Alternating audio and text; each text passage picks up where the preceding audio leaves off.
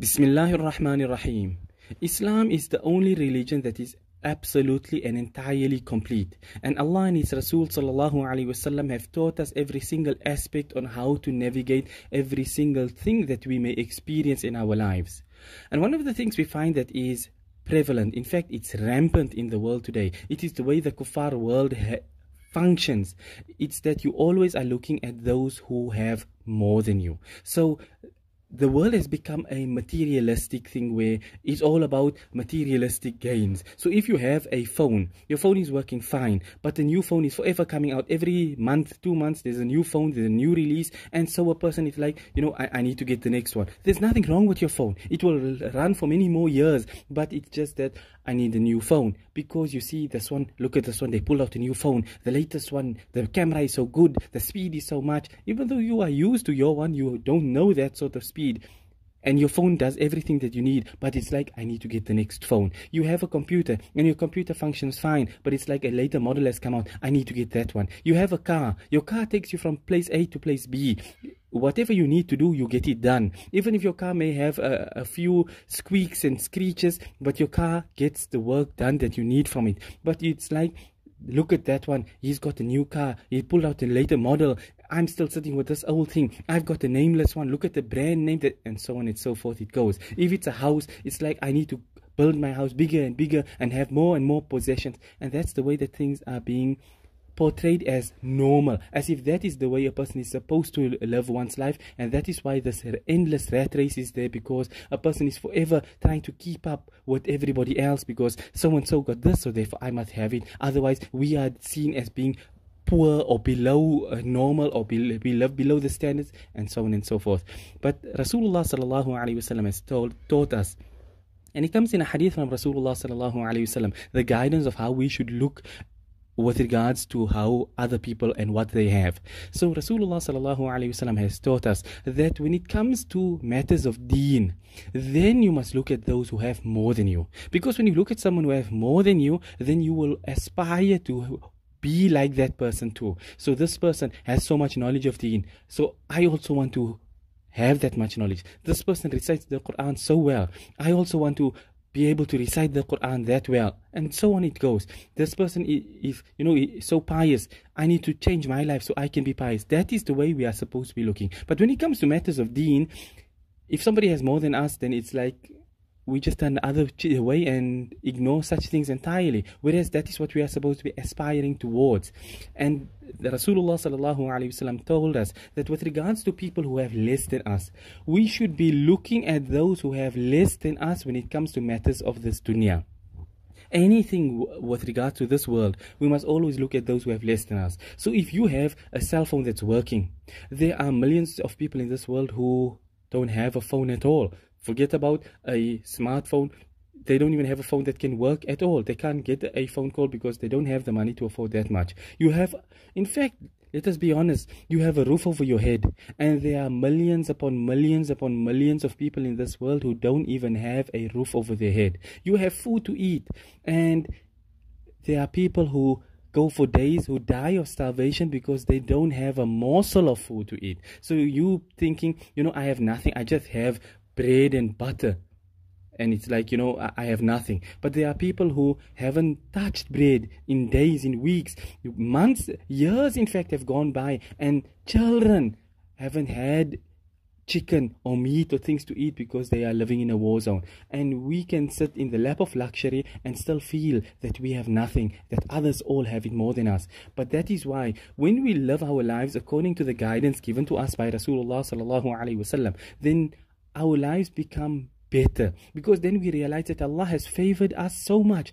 over so many of the creations of Allah on this earth, Muslim and Kafir alike. There are so many more people. If I have a phone, there are millions who don't have. If I have a car, there's millions who don't have. If I have a house, there's millions who don't have it. So Allah has favored me so much. Allah has given me so much, and yet I am ungrateful to it because I feel that I don't have enough. As if Allah has given me insufficient. As if Allah has given other people everything and given me nothing. That's the way that the mindset goes. And this is a mindset that comes from the kuffar. It is not one that Islam teaches. And Allah tells us as well لا تمدن عينيك إلى ما متعنا به. That do not stretch your eyes out at what Allah has given to the kuffar, for example.